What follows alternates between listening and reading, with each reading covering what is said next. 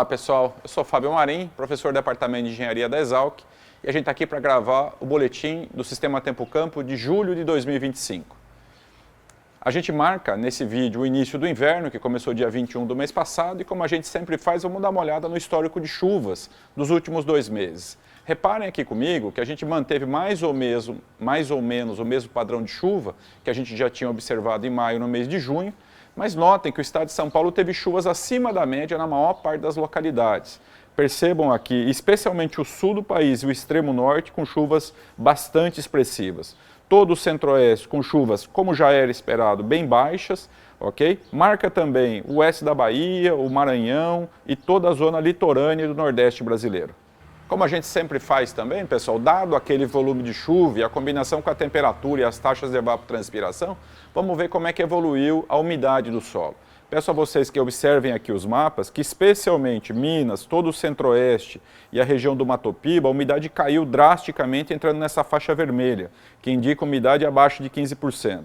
Mas reparem que no estado de São Paulo, quase todo o MS, quase toda a Bahia, a condição ainda permanece intermediária. Já estamos ali no laranja, já é uma cor de alerta, mas se a gente comparar com o mês passado, já no mês de abril a gente já estava no vermelho em São Paulo.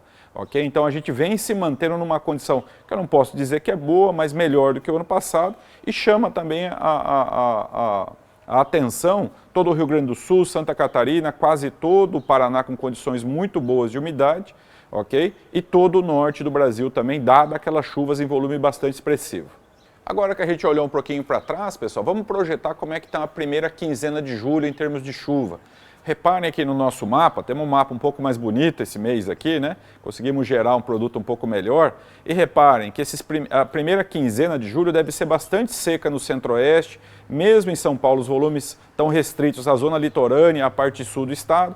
Chuva mesmo no Paraná, Santa Catarina, uma boa parte do Rio Grande do Sul e todo o extremo norte e também litoral do Nordeste. Ok? Toda a parte central do Brasil, e essa é uma condição normal, não tem nada de anormal nisso, ok? É um período relativamente seco mesmo, e essa condição deve se manter em todo o centro-oeste, boa parte do sudeste e no semiárido nordestino. Agora vamos olhar como é que estão os cenários para os próximos 3 meses. A gente já não chama mais de previsão, né? A gente chama de um cenário, porque a gente só compara o desvio em relação à média, e peço a vocês que observem aqui os 2 mapas para o mês de julho de 2025. Percebam que essas condições, pessoal, que a gente viu para essa primeira quinzena, a gente acabou de comentar, não devem mudar. Os 2 modelos indicando uma condição muito parecida, especialmente para o sudeste e o centro-oeste do Brasil. No sul, existe uma pequena divergência, o modelo brasileiro, que é o da esquerda, indicando possibilidade de chuva um pouquinho acima da média no extremo sul, e o modelo norte-americano indicando chuvas na média, que seriam, para o sul do país, chuvas até um pouco mais expressivas, lembrando que no sul chove um pouquinho mais, ok? Esse julho, então, resumindo, deve ser um mês bastante tradicional em termos de chuva, nenhuma anomalia, e como as médias de julho são secas e os 2 mapas indicam chuvas na média, a gente pode esperar um julho mais seco do que a gente observou, especialmente em São Paulo, no mês de junho de 2025. Vamos agora projetar o mês de agosto. Reparem de novo, o mesmo sistema, modelo americano na direita, modelo brasileiro na esquerda, e percebam que a condição dos mapas não muda, né, pessoal? A gente percebe que talvez o Rio Grande do Sul continue com chuvas acima da média, especialmente observando o mapa da esquerda, e também o norte do Brasil, o mapa da esquerda indica a possibilidade de chuva acima da média, mas todo o Brasil central com chuvas na média, e agosto, lembrando, é um mês mais seco, então chuvas bastante fracas em agosto. Vamos olhar agora como é que vai ser setembro de 2025. Chamo vocês para observarem os mapas aqui e percebo que, especialmente no mapa da direita, no Brasil Central, começa a aparecer uma manchinha verde, que é uma esperança da retomada das chuvas mais cedo nesse ano. Isso aqui seria uma excelente notícia para os agricultores de Goiás, do Mato Grosso principalmente, se essa chuva realmente se concretizar. Estou olhando aquela mancha esquerda bem no meio do Brasil, no mapa da direita, ok? O mapa da esquerda não mostra isso, mostra apenas chuva no sul e no norte, ok?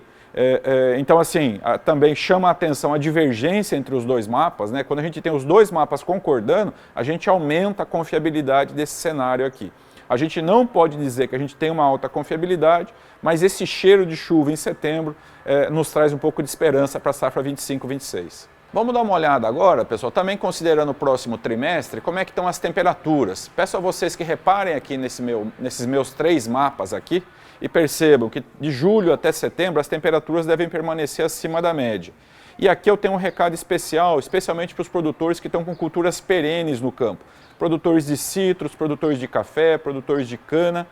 Apesar dessas temperaturas acima da média, pessoal, a gente tem já indicativos de que essas temperaturas não devem repetir o que foi o ano de 2024, onde essas culturas perenes sofreram muito com as altas temperaturas, especialmente em agosto, setembro, até a primeira quinzena de junho de 24. Apesar desses mapas indicarem essa alta temperatura, não devemos repetir aquele padrão de altíssimo estresse para as perenes nesse ano de 2025. Devemos ter sim temperatura acima da média, mas bem mais próxima do que as médias históricas, ou seja, numa condição mais adequada para essas culturas perenes que atravessam esse período seco.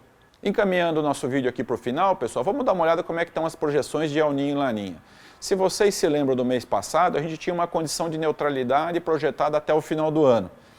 Está muito incerta a temperatura do Oceano Pacífico e peço a vocês que observem nesse gráfico aqui comigo e percebam que as temperaturas, é a linha preta cheia que eu me refiro, continuam na média do oceano, ou seja, a gente não teve nenhuma oscilação grande, na verdade uma pequena elevação, mas observem a linha pontilhada preta, pessoal, indicando uma possibilidade de queda. Isso traz uma incerteza, isso revela, na verdade, uma incerteza muito grande. Os modelos, mês passado, estavam em neutralidade, agora caíram para uma laninha fraquinha, que retorna à neutralidade no início do ano que vem, de forma que o que a gente depreende dessa oscilação é que a neutralidade deve permanecer. Apesar dessa pequena oscilação, e mesmo que venha essa laninha fraca aqui, ela não vai ter um efeito pronunciado no clima do Brasil e afetar nossa agricultura. Como a gente já comentou no mês passado, a neutralidade é aquela condição de copo meio cheio, meio vazio. Não ajuda nenhuma das partes agrícolas do Brasil, mas também não atrapalha drasticamente. Tanto o sul como o centro-oeste e o norte do Brasil e o nordeste, eles estariam numa condição média, ou seja, numa condição em que a gente poderia continuar produzindo com condições sem afetar drasticamente nenhuma dos polos produtores.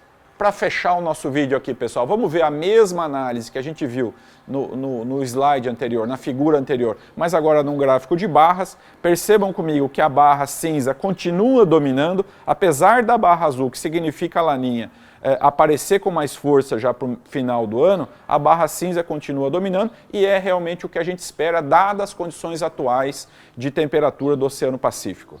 Muito bem, meus queridos, com isso a gente encerra o vídeo desse mês. Agradeço bastante a atenção e paciência dos senhores e senhoras. Mês que vem a gente se vê de novo com mais um boletim do Sistema Tempo Campo da Exalc.